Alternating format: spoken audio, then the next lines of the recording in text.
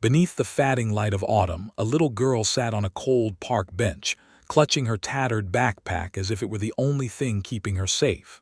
Her cheeks were streaked with tears, her tiny frame trembling in silence.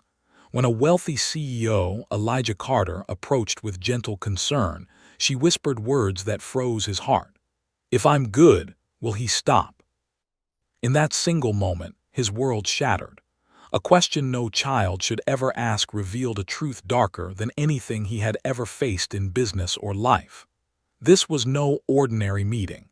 It was the beginning of a story about pain, resilience, and a fight for justice that would change them both forever. Stay with us because here at Hidden Echo Stories, we believe in tales that heal, inspire, and remind us that hope can be found even in the darkest places. Subscribe now. Elijah Carter had not planned to be in the park that day. His calendar was already full, every minute of his life mapped out by board meetings, investor calls, and endless lines of numbers that told him how valuable his empire had become. Yet as the afternoon shadows stretched long across Portland, something inside him broke away from that rigid routine. He had turned off his phone, abandoned his car a few blocks away, and wandered into the golden hush of Wallace Park without knowing why. The city was alive just outside the gates, buzzing with traffic and the hum of ambition, but here the silence seemed to breathe. Leaves spun down in slow spirals, settling on the grass like fragments of forgotten time.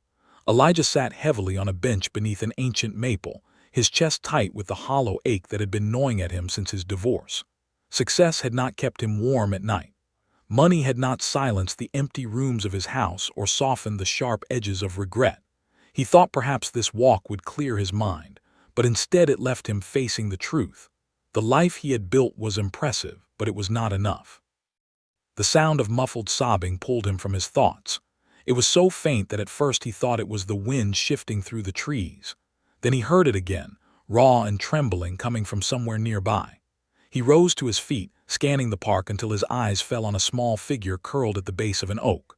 A little girl, no more than 6, barefoot, clutching a faded pink backpack as if it were armor against the world. Her hair tangled, her cheeks streaked with dried tears and city dust. He approached slowly, careful not to frighten her. His mind spun with possibilities, lost, abandoned, hiding from a game of tag, but the bruises on her legs told a different story. He crouched a few steps away, lowering his voice. "Are you all right? Are you hurt?" She lifted her head, wide eyes fixed on him with the wary stillness of someone who had learned not to trust easily. Then, almost inaudibly, she whispered the words that would never leave him. "If I am good, will he stop?" The world seemed to fall silent. Elijah felt the question pierce straight through him, stripping away every polished layer of his carefully constructed life. There was no innocence in her voice, no hope, only a weary exhaustion far too old for a child. He swallowed hard, steadying himself. "Who is hurting you?" he asked gently. "Can you tell me your name?" She shook her head, clutching her backpack tighter. Elijah introduced himself, his voice as calm as he could make it. He asked if he could sit beside her, and when she did not protest, he lowered himself to the grass. The November air carried a bite, and he noticed her shivering. Shrugging off his coat, he draped it carefully over her shoulders. She did not resist. For the first time he saw how small she truly was, how the coat swallowed her whole. Goosebumps dotted her thin arms. Fresh bruises stood out against older ones. She flinched at every sound of footsteps in the distance, every bark of a dog carried on the wind. Elijah felt anger coil in his chest, but he kept his tone soft. "You are safe for now. I promise I will not leave you." He pulled out his phone and called for help. His voice was steady as he spoke to the dispatcher, but his hand shook. The operator told him to stay with her until someone arrived. He agreed, realizing even then that it was more than a promise to a stranger. It was a vow to himself, to the part of his heart that still longed for connection, for purpose beyond profit. Minutes passed in fragile silence. Eventually the girl whispered her name, Madison. Elijah repeated it gently, calling it beautiful. She did not smile, but she did not pull away when he sat closer. For a fleeting moment, her small frame leaned against the coat he had given her, as though testing whether the safety he promised could truly exist. The distant wail of sirens grew louder. Madison curled deeper into the coat, exhaustion tugging at her eyelids. Elijah reached out instinctively, brushing her hand with the lightest touch, no pressure, only presence. She did not resist. She closed her eyes.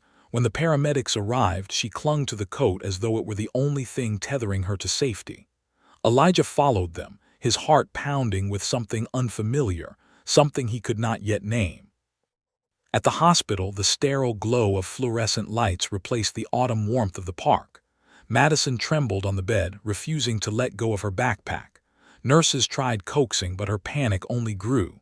Elijah stayed near, offering what little comfort he could. "No one will take your things. No one will take you," he promised, knowing he had no authority to guarantee such words, yet believing with every part of himself that he must. When a social worker entered to ask questions, Madison refused to speak, but she kept glancing toward Elijah, as if silently asking whether he would still be there when the others left. For reasons he could not explain, he already knew the answer. He would not walk away. Hours slipped into the night. Madison's small body finally gave in to sleep, curled tightly around her backpack as though it contained her very soul. Elijah sat in the chair beside her bed, watching her chest rise and fall, listening to the faint hum of machines. The sight carved something into him that money and status had never reached: responsibility, fierce and immovable. He did not yet know the full story. He did not yet understand the danger. But he knew this much: he could not let her slip through the cracks of a system that had already failed her once. Outside the window, the wind rattled bare branches against the glass. Inside, the soft rhythm of her breathing filled the space between them. Elijah Carter, the man who had once measured life in profits and losses, found himself measuring it now in the fragile trust of a child who had nothing left to believe in. And for the first time in years, he felt he had something real to fight for. The night in the hospital stretched longer than Elijah expected. Hours folded into hours, yet he stayed by Madison's side as if leaving her even for a moment might shatter the fragile trust she had offered. Nurses moved in and out with careful efficiency, their soft footsteps echoing against the tiled floors. Madison hardly stirred. Her small body curled protectively around the pink backpack, her arms wrapped so tightly that no one dared try to take it from her. Elijah understood without words that whatever was inside was more than just belongings. It was her shield, her last line of defense. When dawn finally broke, muted light filtered through the blinds and painted thin stripes across the hospital room. Madison stirred, opening her eyes only halfway. She did not speak. Her gaze darted to every sound in the hallway, every shadow beyond the glass panel in the door. Fear was her constant companion, a reflex etched deep into her bones. Elijah leaned forward, offering her a reassuring smile. "You are safe here," he whispered. "I am not going anywhere." It was later that morning when Rachel Monroe arrived. A social worker with sharp eyes and a brisk manner, she carried herself with the weight of experience. She introduced herself calmly, asking Elijah to step into the hall. There, she fired questions: how he found Madison, whether he had seen anyone else in the park, whether he had any connection to her family. Elijah answered each one carefully, explaining the girl's question that had shaken him to the core. Rachel scribbled notes, her expression unreadable until at last she said, "She trusts you. She has not spoken to anyone else." Back in the room, Madison's silence continued. She flinched when Rachel asked about her backpack. When the nurse tried to touch it, Madison clutched it tighter, her panic rising until the nurse backed away. Elijah remained still, simply waiting. At last, with trembling fingers, Madison unzipped the bag herself and pulled out a folded piece of paper and a stubby crayon. She handed the paper to Elijah. The drawing was crude but chilling. A tall figure loomed over a small child, its face scratched out with angry red lines. Above the scene, in a shaky childish scrawl, were the words, "Do not tell or else." Elijah felt his chest tighten. He looked at Madison, who watched him with eyes too old for her years. "Did you draw this?" he asked softly. She nodded, her lips pressed together. He swallowed hard. "You are very brave for showing me." That night, Elijah stayed beside her again. The corridors of the hospital quieted as midnight came, the distant sounds of gurneys and soft laughter fading until only the hum of machines remained. Madison slept uneasily, her small frame curled into the blanket, the drawing still clutched near her chest. Elijah thought of his own daughter, long grown now, and the memory of her hiding after a nightmare, refusing to come out until he promised she could keep her favorite toy. That memory ached against his ribs, for here was another child carrying nightmares that could not be soothed with a toy. The next day brought trouble. In the children's wing, Elijah overheard raised voices near the nurse's station. A man demanded access, claiming to be Madison's uncle. His presence was loud, overbearing, his posture one of ownership rather than care. Elijah stepped closer, his instincts sharp. The man's eyes met his for a brief second, and in that glance Elijah felt recognition and calculation. Rachel arrived quickly, confronting the man, Douglas Vance. She reminded him he had been barred from contact with children due to an ongoing investigation. Security escorted him out, but his parting words echoed, "This is not over." Back in Madison's room, Elijah found her awake, her hands clutching her backpack tighter than ever. Her voice trembled as she asked, "Was that him?" Elijah knelt beside her. "Yes, but you are safe now. He is gone," she whispered. "He said Mama was bad and I had to be better." Elijah felt fury rise within him. "Madison, none of this was your fault. You did nothing wrong." She turned away silent, but a single tear slid down her cheek. Elijah knew he could not trust the system alone. That night he called Marcus Reed, a private investigator he had relied on before. Marcus was relentless, a man who dug until the truth had nowhere left to hide. "Find everything on Douglas Vance," Elijah ordered, "and find out where Madison's mother is." Marcus's search uncovered grim truths. Vance had once worked for a small foster agency called Guardian Place, manipulating placements and forging documents. Madison's mother, Elena Davis, had disappeared weeks earlier after signing temporary care forms while recovering from an accident. The signature on her supposed custody withdrawal did not match her other records. Neighbors reported seeing a little girl running barefoot from one of Vance's unlicensed houses. Police had done nothing. The pieces fit together with horrifying clarity. Madison had been trapped in a system twisted by corruption, her mother erased, her safety ignored. Elijah's anger deepened into determination. He would not let her vanish into those cracks again. Marcus dug further, discovering a hidden surveillance camera in one of the overflow houses. The footage showed Vance dragging Madison, shouting, shoving her into a closet. The evidence was undeniable. Elijah handed the memory card to Rachel, who said quietly, "This is no longer just a welfare case. This is criminal." Meanwhile, Madison's fragile trust grew. In small moments, her hand brushing his as he offered water, her eyes searching his face when shadows frightened her, she allowed herself to believe that he would not abandon her. At night, when the hospital dimmed and silence pressed in, Elijah sat by her bedside watching her draw. One evening she sketched a woman lying in a hospital bed, a child standing beside her. Above it, in shaky letters, she wrote, "Help me." Elijah stared at the drawing, his throat tight. Could Elena still be alive? The answer came unexpectedly. Marcus discovered a woman admitted weeks earlier to a long-term care facility, unidentified, listed only as Jane Doe. Her injuries matched the timeline. Elijah's heart raced as he drove Madison to the facility. She clutched her drawing all the way, whispering, "Do you think she will know me? Even if she is sleeping." Elijah placed a hand over hers. "She has been waiting for you." Inside the quiet room, Madison approached the bed. The woman's face was pale, still, tubes trailing from her arm. Madison placed her drawing beside her hand and whispered, "It is me. Please wake up." There was no sudden miracle, only the fragile hope of connection. Yet Elijah knew the thread between them had not broken. As he watched Madison rest her head on her mother's arm, Elijah made another silent promise. Whatever battles lay ahead, courtrooms, forged papers, the shadow of Vance, he would not walk away. Madison had asked if being good would make the pain stop. Elijah vowed she would never have to ask again. The discovery of Alina alive, though trapped in a coma, changed everything.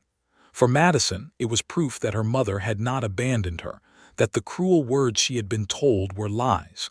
For Elijah, it became the anchor of his resolve.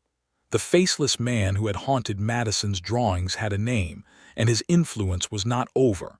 Douglas Vance would not stop until he reclaimed control. Back at the hospital, Madison stayed close to Elijah, clutching her backpack even in sleep. The staff treated her gently, but it was clear that she trusted only him. Rachel Monroe worked tirelessly, filing emergency protective orders, coordinating with authorities, and building a case, but every step seemed shadowed by the possibility that Vance was maneuvering behind the scenes. She warned Elijah that men like him were skilled at slipping through cracks, using forged documents and charm to manipulate the system. Elijah knew waiting would not be enough. He poured his energy into helping Marcus uncover everything. Their investigation revealed more than negligence. Guardian Place was not merely disorganized. It was a breeding ground for exploitation, with Vance at its center. Children were placed in unsafe homes, paperwork altered, signatures forged. Alina's disappearance was not an accident. It was deliberate erasure. The weight of evidence grew, and so did the danger. Late one night, Elijah left Madison's room for coffee and overheard a heated conversation. Court filings had been submitted under Alina's name, relinquishing custody permanently and granting Vance emergency guardianship. The signatures were crude forgeries, but in the wrong judge's hands, they could have been enough. Elijah realized then that time was not on their side. In the days that followed, Madison began therapy with Dr. Leah Stone, a gentle woman who worked with children through play.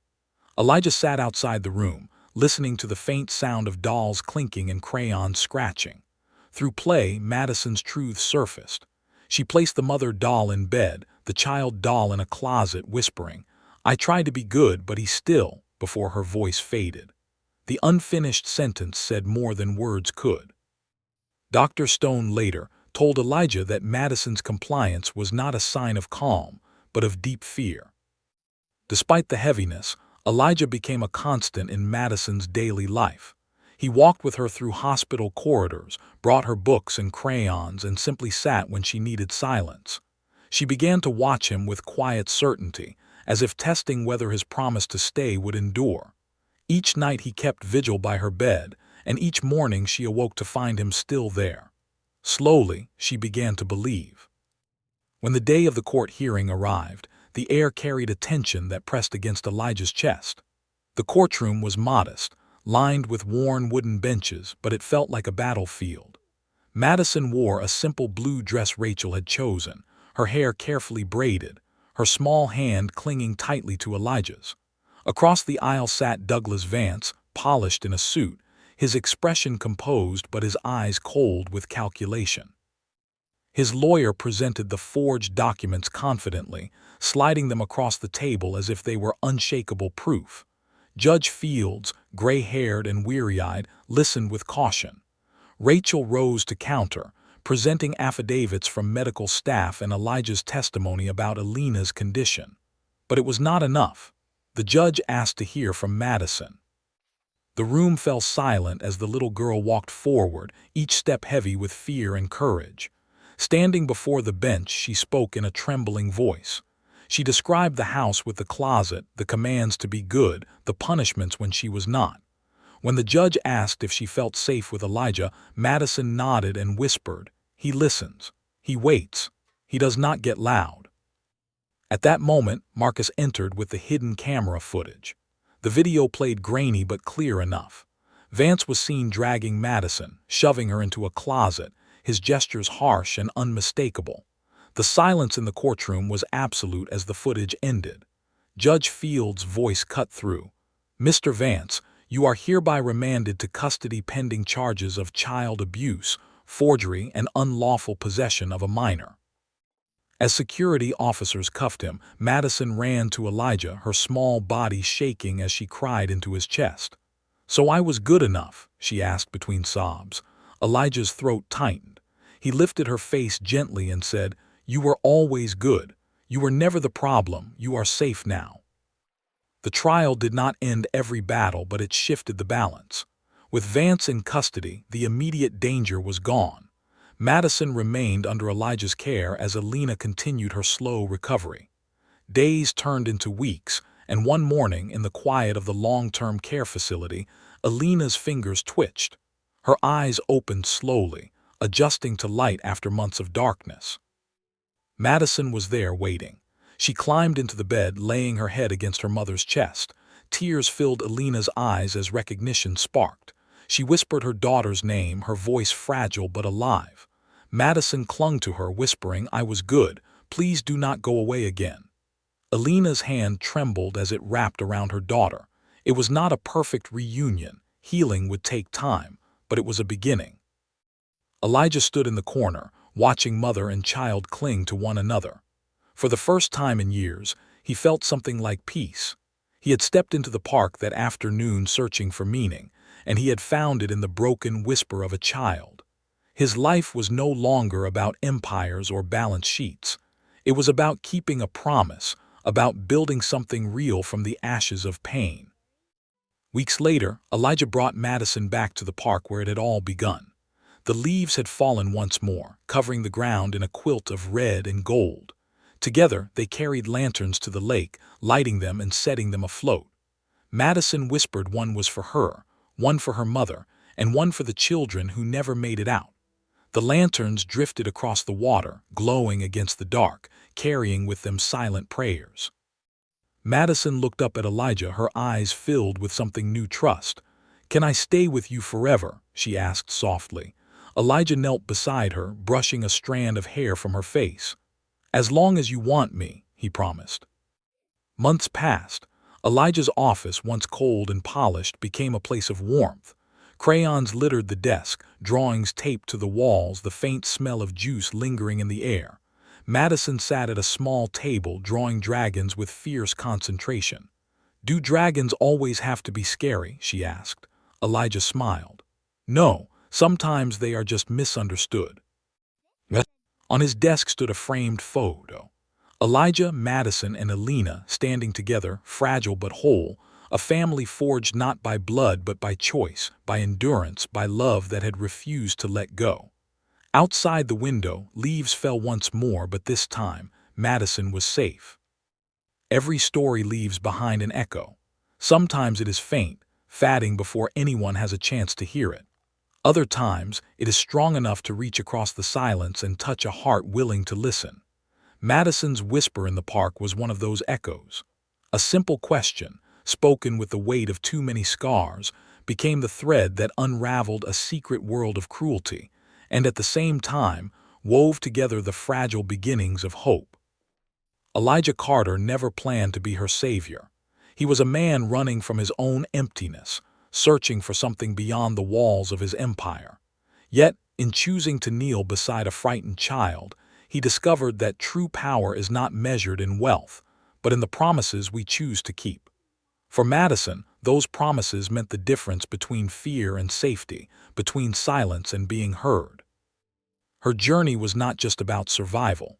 It was about resilience, about the unbroken bond between a child and her mother, and about the unexpected love that can grow in the most unlikely places.